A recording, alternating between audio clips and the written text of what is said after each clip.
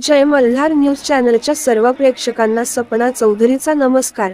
नंदुरबार लोकसभा मतदारसंघाच्या महायुतीच्या भाजपाच्या अधिकृत उमेदवार खासदार डॉक्टर हिना गावित यांच्या प्रचारार्थ आज नंदुरबारमध्ये देशाचे पंतप्रधान नरेंद्र मोदी यांच्या महासभेचे आयोजन करण्यात आले होते। यावेळी राज्याचे मुख्यमंत्री एकनाथराव शिंदे, उपमुख्यमंत्री देवेंद्र फडणवीस, राज्याचे आदिवासी विकास मंत्री डॉक्टर हिना गावित, नंदुरबार जिल्ह्याचे पालकमंत्री तथा राज्याचे मदत पुनर्वसन व आपत्ती व्यवस्थापन मंत्री अनिल पाटील, विधान परिषदेचे आमदार आमुषा पाडवी, आमदार अमरीश पटेल, आमदार राजेश पाडवी, आमदार काशीराम पावरा, आमदार मंजुळा गावित, भाजपचे प्रदेश महामंत्री विजय चौधरी, नंदुरबार जिल्हा परिषद अध्यक्ष डॉक्टर सुप्रिया गावित व्यासपीठावर यावेळी उपस्थित होते। यावेळी हजारोंच्या संख्येने जनसमुदाय मोदींना ऐकण्यासाठी जिल्ह्यासह परजिल्ह्यातून दाखल झाला होता। यावेळी बोलताना देशाचे पंतप्रधान नरेंद्र मोदी यांनी सांगितले की बारामतीमध्ये झालेल्या मतदानानंतर शरद पवार हे चिंतेत असल्याचे दिसून येत आहेत। त्यांनी त्यांच्या सहकार्यांशी चर्चा करूनच काँग्रेसमध्ये विलीन होण्याचे मन बनवले असल्याचे पंतप्रधान नरेंद्र मोदी यांनी म्हटले। मला वाटते 4 जूनच्या निकालानंतर नकली राष्ट्रवादी आणि नकली शिवसेना काँग्रेसमध्ये विलीन करणार असल्याचा दावा नरेंद्र मोदी यांनी केला आहे। त्यापेक्षा अजित पवार आणि एकनाथ शिंदे यांच्यासोबत या आणि आपले स्वप्न पूर्ण करा, असे आवाहन देखील पंतप्रधान नरेंद्र मोदी यांनी शरद पवार आणि उद्धव ठाकरे यांना केले आहे।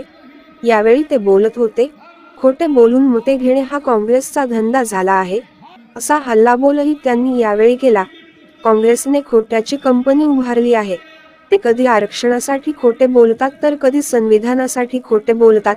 आरक्षणावर काँग्रेस सध्या चोर मचाए शोर असे दिसत असल्याचा आरोप पंतप्रधान नरेंद्र मोदी यांनी केला आहे।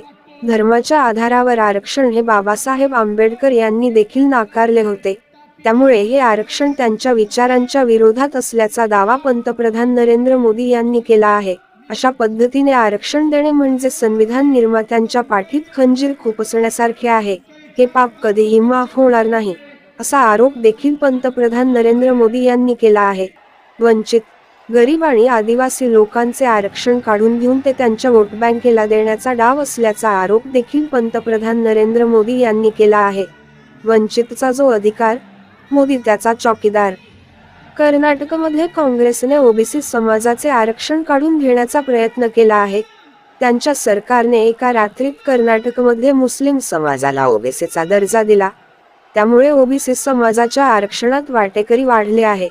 मात्र जोपर्यंत मोदी जिवंत आहे तोपर्यंत कोणाच्याही आरक्षणाला धक्का लागू देणार नसल्याचे मोदी यांनी म्हटले आहे। वंचितचा जो अधिकार, मोदी त्याचा चौकीदार, असे म्हणत नरेंद्र मोदी यांनी आरक्षणाच्या मुद्द्यावर काँग्रेसला घेरण्याचा प्रयत्न केला। चौधरींचा चहा आणि मोदींनी काढली आठवण, नंदुरबार आणि गुजरात यांचा खूप जवळचा संबंध आहे।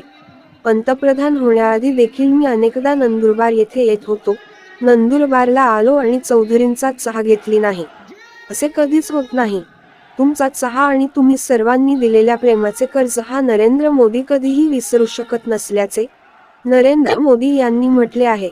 वंचित आणि आदिवासी जनतेची सेवा ही माझ्यासाठी परिवारातील सदस्यांच्या सेवेप्रमाणे असल्याचे मत पंतप्रधान नरेंद्र मोदी यांनी व्यक्त केले आहे।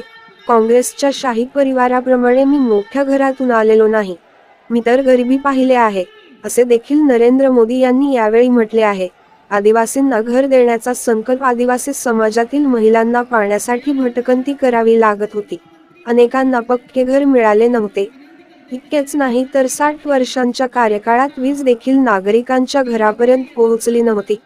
त्यामुळे प्रत्येक गरिबाला आणि आदिवासींना घर देण्याचा संकल्प आम्ही केला आहे। प्रत्येक आदिवासी समाजाला पाणी देण्याचा संकल्प आम्ही केला होता।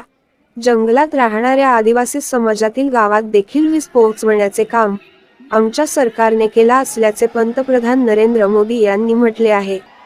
3 कोटी घर बांधणार, ज्या नागरिकांना अद्याप घर मिळाले नाही, ज्या नागरिकांना अद्याप नळाला पाणी मिळाले नाही, ज्या नागरिकांना अद्याप गॅस कनेक्शन मिळाले नाही, त्या नागरिकांना सांगा की पुढच्या टर्ममध्ये त्यांना घर, गॅस कनेक्शन, वीज आणि पाणी पुरवठा नरेंद्र मोदी देणार ही गॅरंटी आहे, असे आवाहन नरेंद्र मोदी यांनी उपस्थित मतदारांना केले।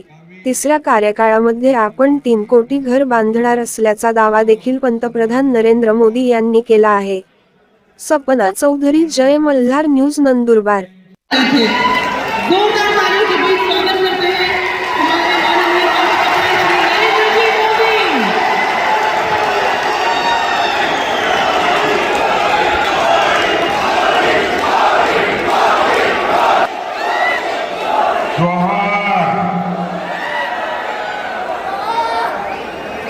नंदुरबार मधील आणि महिलांना माझा नमस्कार.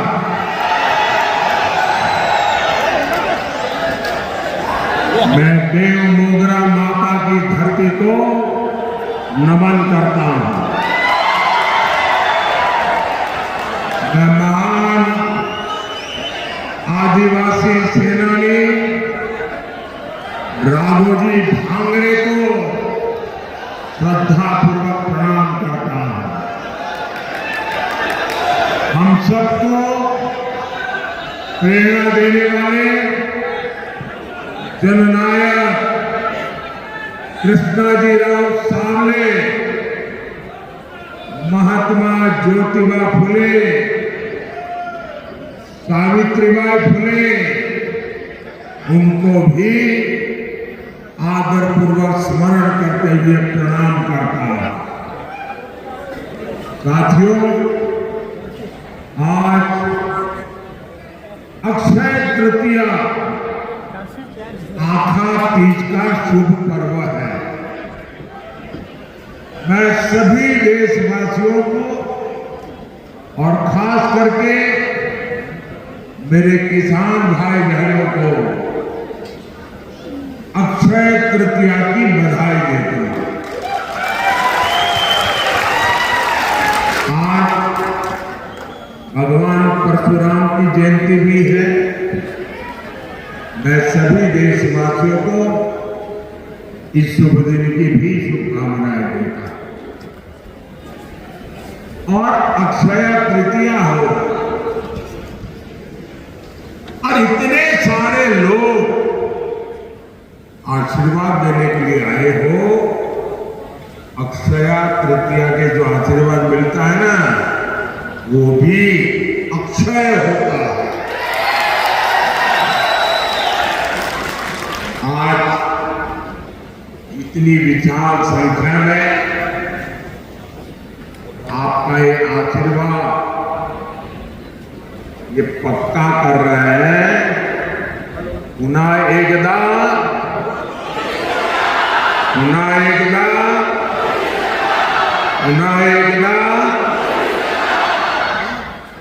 मैं देख रहा हूं अभी भी हुजूम का हुजूम अंदर आ रहा है.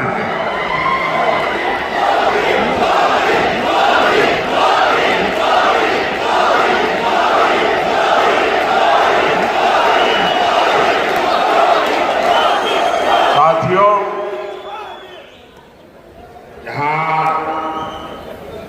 नंदुरबार खूब यहां आना जाना होता है और नंदुरबार आए और चौधरी की चाय न पिए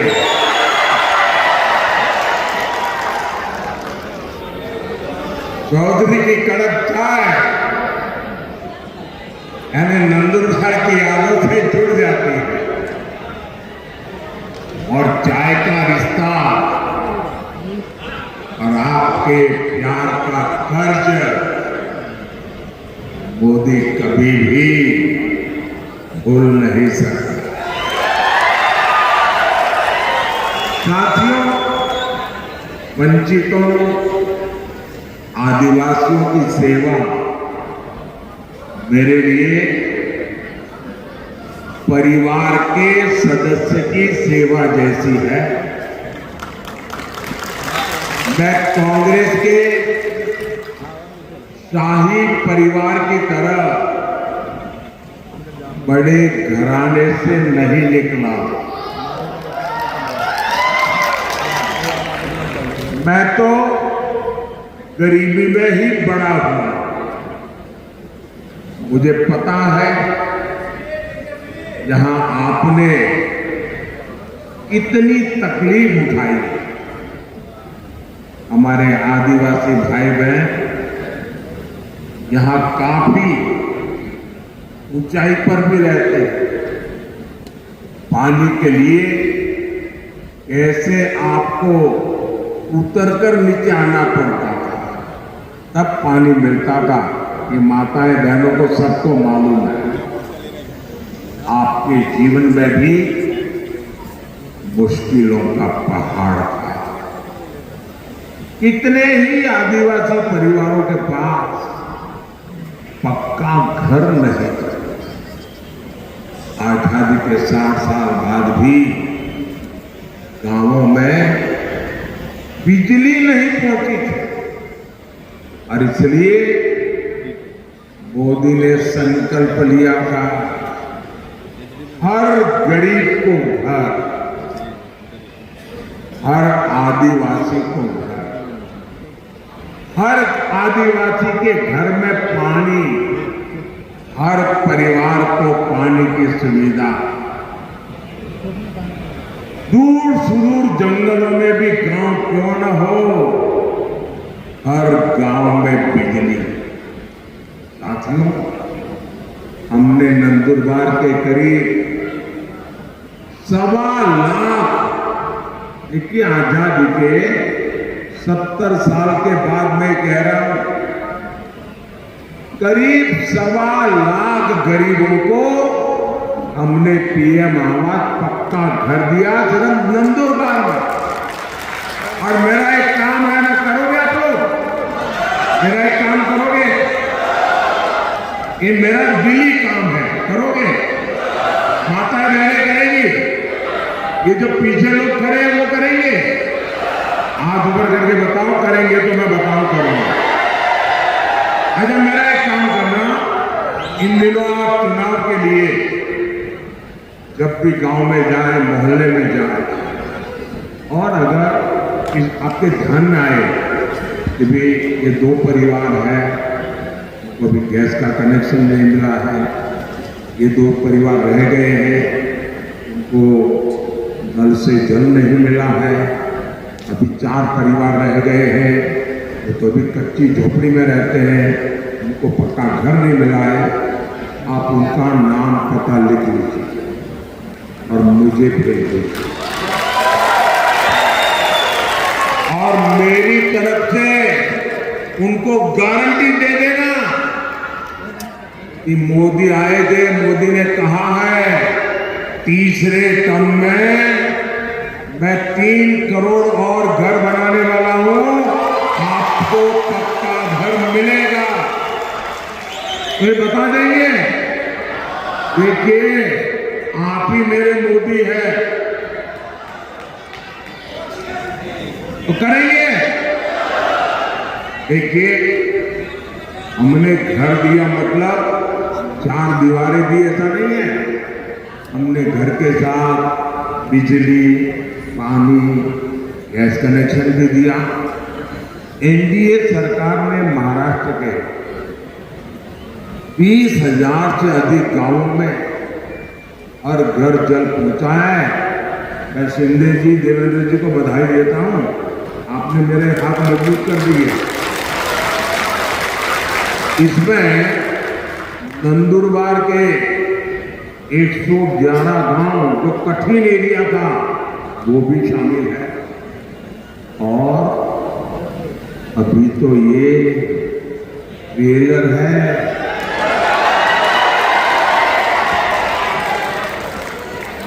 अभी तो मोदी को बहुत कुछ करना है और आपके लिए करना है। साथियों, एक तरफ भाजपा के ये प्रयास है और दूसरी तरफ एक कांग्रेस है। कांग्रेस में आदिवासी भाई बहनों की कभी परवाह नहीं। आदिवासी इलाकों में सिकल सेल एनीमिया एक बड़ा खतरा रहा है, लेकिन कांग्रेस ने इस बीमारी की तरफ उतना ध्यान ही नहीं दिया। ये बीजेपी है जिसने सिकल सेल एनीमिया को जड़ से खत्म करने के लिए अभियान चलाया है। और मेरी माताएं, बहनें, नौजवान, ये जो सिकल सेल एनीमिया के लिए मैं काम कर रहा हूं ना, वो चुनाव के लिए नहीं कर रहा, आने वाली आपकी अनेकों पीढ़ियों के लिए मैं लगा हुआ हूं, ताकि उनको वो ऐसी बीमारी ना आए। कोई गरीब कुपोषण का शिकार ना हो, इसकी भी चिंता की। आज नंदुरबार से के 12 लाख से ज्यादा लोगों को मुफ्त राशन मिल रहा है। साथियों, कांग्रेस जानती है कि वो विकास में मोदी का मुकाबला कर ही नहीं सकते, और इसलिए वो इस चुनाव में झूठ की फैक्ट्री खोल के बैठ गए हैं, झूठ फैलाकर वोट लेना चाहते हैं। कभी आरक्षण को लेकर झूठ, कभी संविधान को लेकर झूठ, और इन्होंने पूरा इकोसिस्टम ऐसी अफवाहें फैलाने के लिए 24 घंटे लगा कर रखा है। साथियों, आरक्षण पर कांग्रेस का हाल चोर मचाए शोर, ये चोर मचाए शोर वाला है। धर्म के आधार पर आरक्षण बाबा साहब के सिद्धांतों के खिलाफ है, बाबा साहब की भावना के खिलाफ है। संविधान निर्माताओं ने जो संविधान बनाया, उसकी पीठ में छुरा भोंकने वाला ये माफ न कर सके, ऐसा पाप है। लेकिन कांग्रेस पार्टी का एजेंडा है दलित, पिछड़े, आदिवासी, इनका आरक्षण छीन करके माइनॉरिटी के नाम पर अपने वोट बैंक को दे देना। और मैं ऐसे हवा में नहीं कह रहा, मेरे पास मजबूत उदाहरण है। और इसलिए मेरे भाई बहन, आप घर घर हर एक आदिवासी परिवार को समझाइए, और मेरे आदिवासी समाज के पढ़े लिखे लोग हैं, उनको भी मैं करबद्ध प्रार्थना करता हूं कि आप समाज को जगाइए। ये कितना बड़ा संकट कांग्रेस वाले लेकर के आए हैं।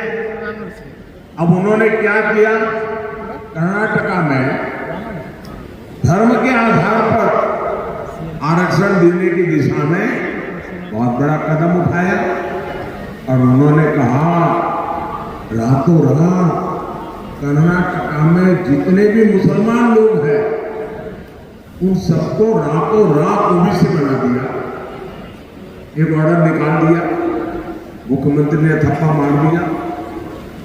अब हुआ क्या, जो ओबीसी को आरक्षण मिलता है, उसका सबसे बड़ा हिस्सा ये रातों रात ओबीसी बन गए, उन्होंने लूट लिया। अब बताइए, ये वो आदिवासियों के लिए करना चाहते हैं, वो दलितों के लिए करना चाहते हैं, और ये कर्नाटका का मॉडल पूरे देश में लागू करना चाहती है। एससी, एसटी, ओबीसी का आरक्षण खत्म करने के लिए। और मैं गंभीरता से कह रहा हूं, ये महाअघाड़ी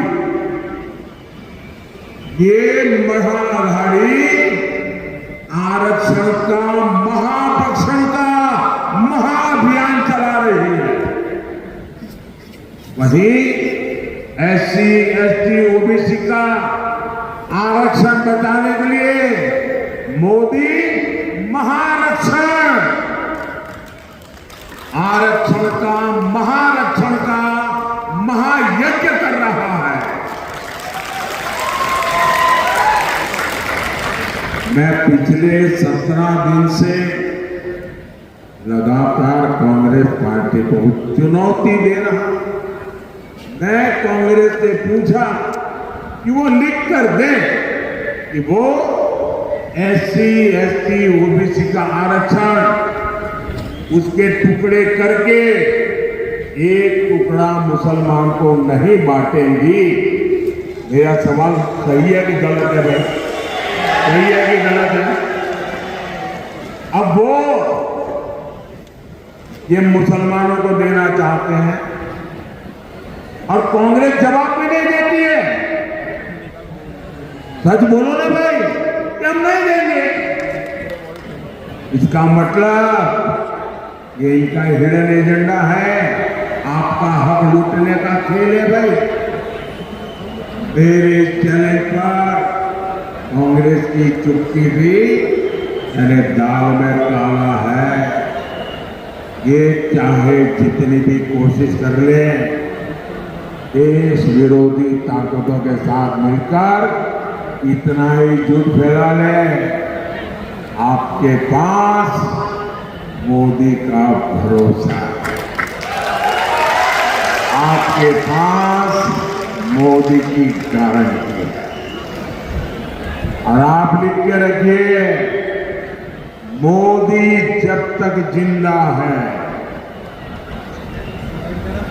मोदी जब तक जिंदा है, SC, ST, OBC में से आरक्षण का रत्ती भर भी हिस्सा मैं किसी भी धर्म के आधार पर नहीं देने दूंगा। कोई उसको हाथ नहीं लगा सकता है। और देशवासी, मैं बड़े जिम्मेवारी के साथ कहना चाहता हूं और दायित्व के साथ कहना चाहता हूं, वंचित का जो अधिकार है, चाहे SC हो, ST हो, OBC हो, वंचित का जो अधिकार है, मोदी उसका चौकीदार है।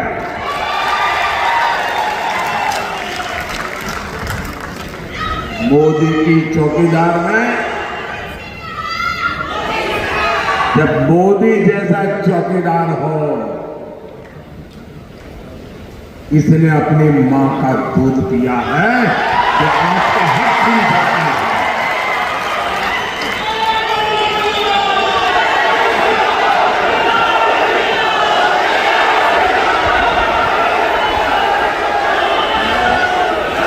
साथियों,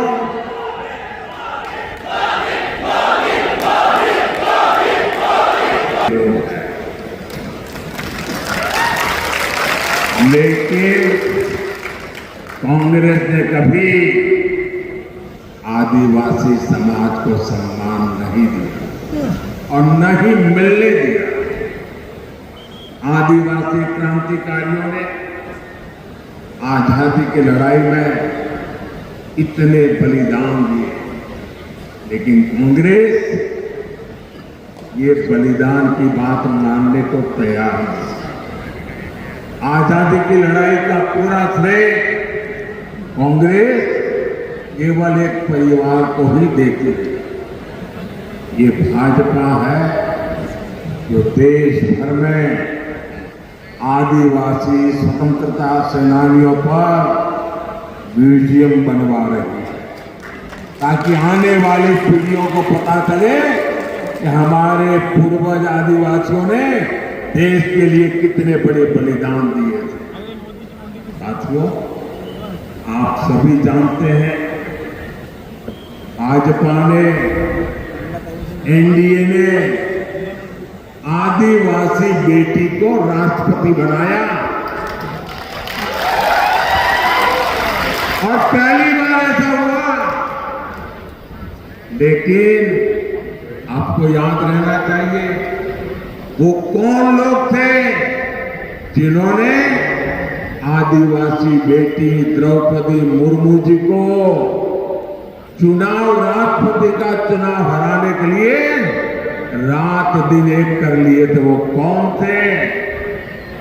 ये कांग्रेस वाले थे जिन्होंने एक आदिवासी बेटी को राष्ट्रपति बनने से रोकने के लिए रात दिन एक किया। और कांग्रेस पार्टी ने ऐसा क्यों किया? और इसकी एक वजह अभी 2-3 दिन पहले ही खुली है। कांग्रेस के जो शाहजादे हैं ना, उनके गुरु अमेरिका में रहते हैं। ये कांग्रेस के शाहजादे के एक गुरु अमेरिका में रहते हैं। उन्होंने भारत के लोगों पर रंग भेदी टिप्पणी की है। रंग के आधार पर भेद, ऐसा गंभीर आरोप लगाया। अरे जिनका रंग भगवान कृष्ण जैसा होता है, कांग्रेस उन्हें अफ्रीकन मानती है। और इसलिए द्रौपदी मुर्मू जी राष्ट्रपति बने, उन्हें ये मंजूरी नहीं था। आप लोग बताइए, यहां जो भगवान कृष्ण के रंग वाले हैं, क्या वो सब अफ्रीकन है क्या? क्या ये अपमान है कि नहीं है? क्या आदिवासी समाज का अपमान, इसका बदला लेने के लिए ये रंगी की बातें कर रहे हो? साथियों, कांग्रेस पार्टी का एजेंडा इतना खतरनाक है, ये शहजादे के गुरु ने इसका भी खुलासा किया है। ये शहजादे के गुरु ने अमेरिका से कहा है कि राम मंदिर का निर्माण और रामनवमी का उत्सव ये आइडिया ऑफ इंडिया के खिलाफ है, भारत के विचार के खिलाफ है। उन्होंने यहां तक कह दिया, मोदी मंदिर जाता है वो भी उनके पेट में चूहे दौड़ने लग जाते हैं। कांग्रेस मेरा मंदिर जाना भी भारत विरोधी है। बताइए भाई, क्या मंदिर जाना ये देशद्रोह है क्या? जरा आप बताइए, देशद्रोह है क्या? क्या ये भारत विरोधी काम है क्या? आप कल्पना कर सकते हैं? आप कांग्रेस की मानसिकता देखिए। ये राम के देश में राम मंदिर को देश विरोधी बता रहे हैं। ये तुष्टीकरण के लिए सरकारी इफ्तारी करने वाले लोग, ये आतंकवादियों की कब्रों को संवारने वाले लोग, ये हम सबके प्रभु राम और जिनका राम मंदिर जहां हम जाते हैं, उस राम मंदिर जाने को देश विरोधी बता रहे हैं। मेरे भाई बहन, हम तो माता सबरी के पुजारी हैं। ये इंडी गठबंधन हमला ये मोदी पर नहीं, 140 करोड़ देशवासियों की आस्था पर। ये हमला आप पर है, ये मेरे देश के आदिवासियों पर हमला है। कांग्रेस पार्टी देश से हिंदू आस्था को मिटाने का षड्यंत्र कर रही है। साथियों, प्रभु श्री राम जीवन के उच्चतम आदर्शों, महानतम गुणों और सुंदरतम मूल्यों के महासंगम है। भारत के अस्तित्व का आधार राम से है और भारत के भविष्य का प्रेरणा पुंज भी प्रभु श्री राम है।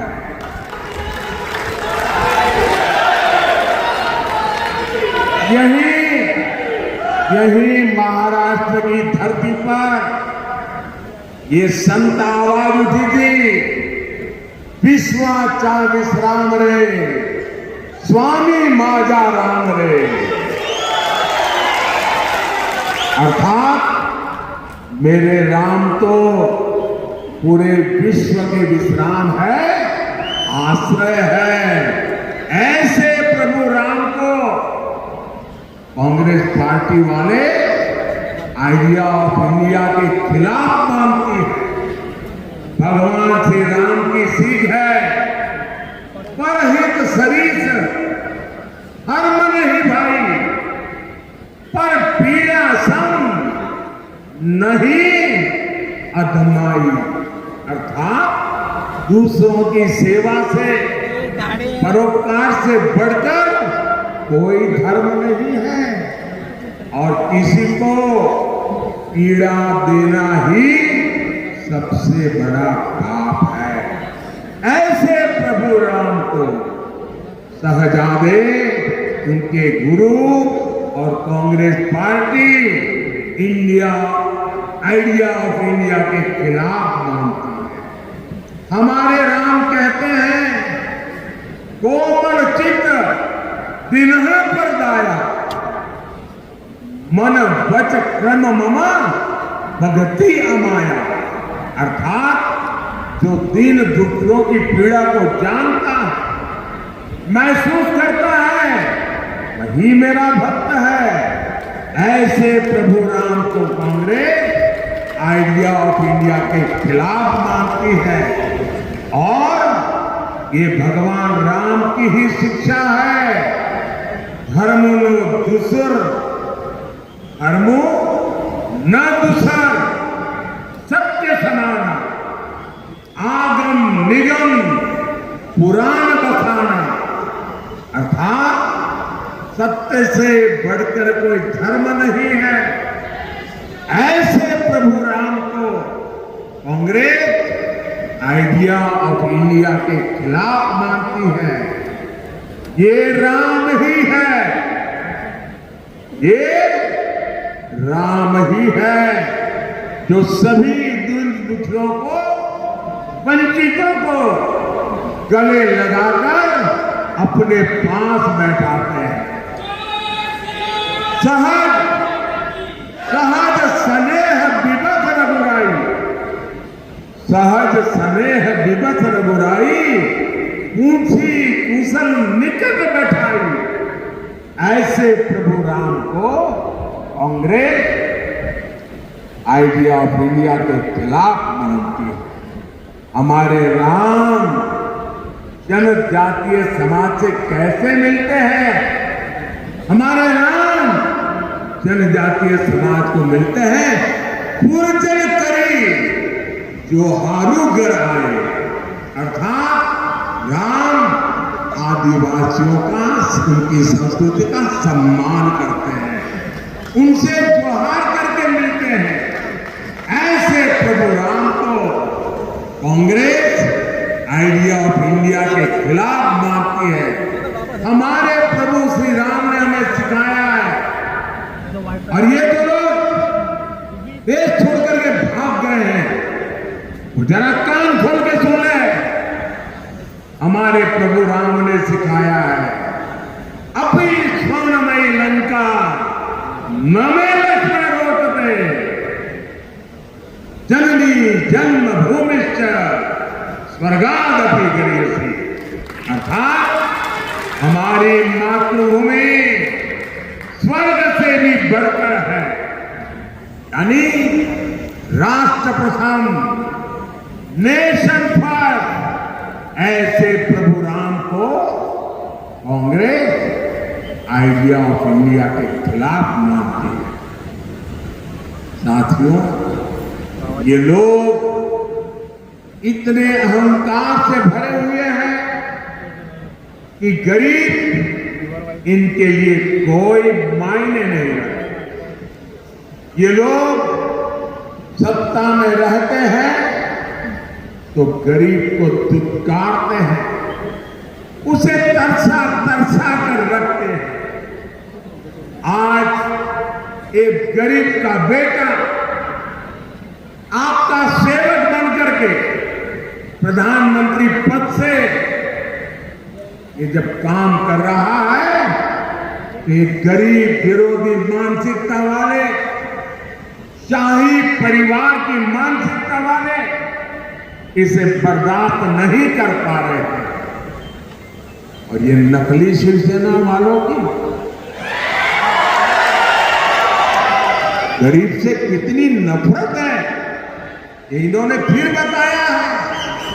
ये नकली शिवसेना वाले मुझे जिंदा गाड़ने की बात कर रहे हैं।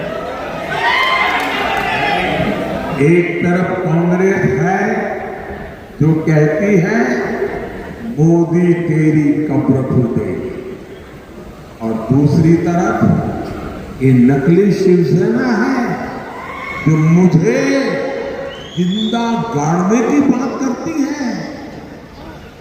और मुझे गाली देते हुए भी ये लोग तुष्टीकरण का पूरा ध्यान रखते हैं।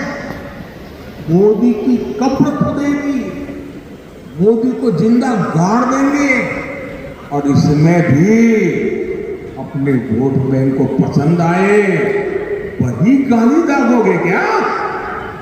साथियों, मुझे कई बार ये सोचकर दुख होता है कि बाबा साहब ठाकरे को कितना दुख होगा। मैंने बाबा साहब को निकट से देखा, उनके मन को, दिल को छू करके मैंने देखा।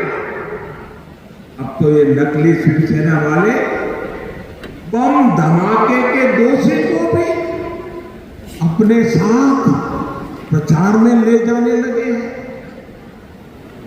इसका मतलब हुआ कि बिहार में चारा चोरी में जेल भुगत रहे व्यक्ति को कंधे में बिठा के घूम रहे हैं, महाराष्ट्र में बम धमाकों के दोषी को कंधे पर बिठा के घूम रहे हैं। जैसे पापियों को लेकर के जिनको चलना पड़ रहा है, इन लोगों के विषय में 50 बार सोचना। इसलिए कोई बड़ी बात नहीं कि मुझे उनको जमीन में गाड़ने के सपने दिख रहे हैं। ये लोग जनता का साथ, जनता का विश्वास तो गंवा चुके हैं। इनकी अपनी सियासी जमीन खिसक चुकी है, लेकिन ये भूल रहे हैं कि भारत की 140 करोड़ जनता, मेरे माताएं बहनें इतनी बड़ी तादाद में जो आई है ना, ये मेरी माताएं बहनें, यही मोदी की रक्षा। ये मातृशक्ति मेरा रक्षा कवच है। मुझ पर मातृशक्ति का इतना आशीर्वाद है, ये लोग चाहकर भी मोदी को जीते जी भी और मरने के बाद भी जमीन में नहीं गाड़ पाए।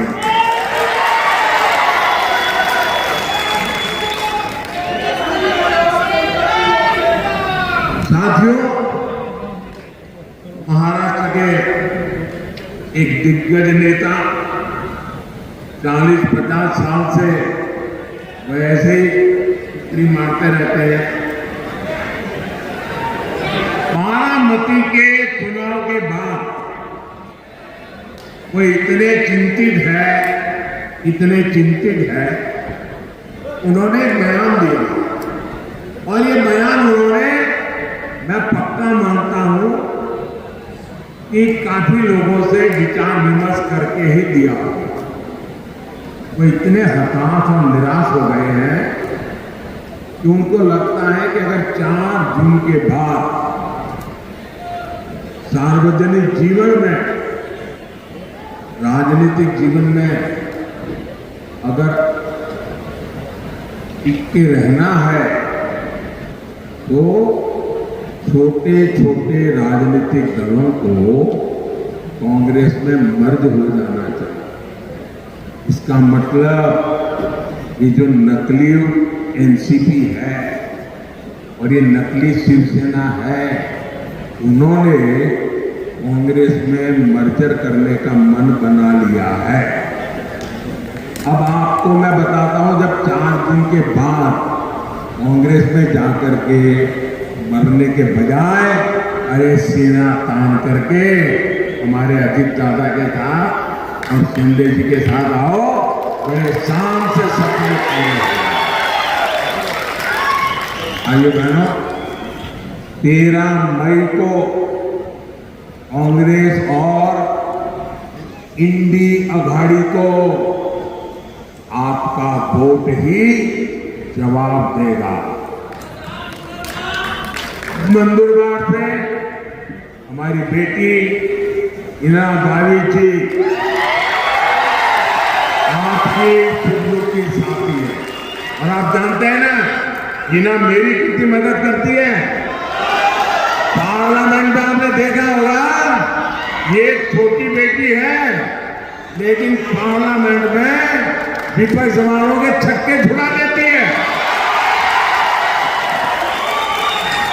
आप उन्हें ज्यादा से ज्यादा वोट देकर बहुत बड़ी जीत दिलाइए, और मेरा इसके लिए आग्रह है, मतदान ज्यादा होना चाहिए। भाई करोगे? पहले मतदान फिर जलपान, मंजूर है? अच्छा, मेरा एक काम करोगे, मेरा हाथ ऊपर करके कहिए, माता बहने बताइए, मेरा एक काम करोगे? मेरा हाथ ऊपर। मोदी जी आए थे और मोदी जी ने आपको प्रणाम भेजा है, मेरा प्रणाम पहुंचा देंगे, हर परिवार में मेरा प्रणाम पहुंचा देंगे। बोलिए भारत माता की, भारत माता की, भारत माता की। बहुत बहुत धन्यवाद।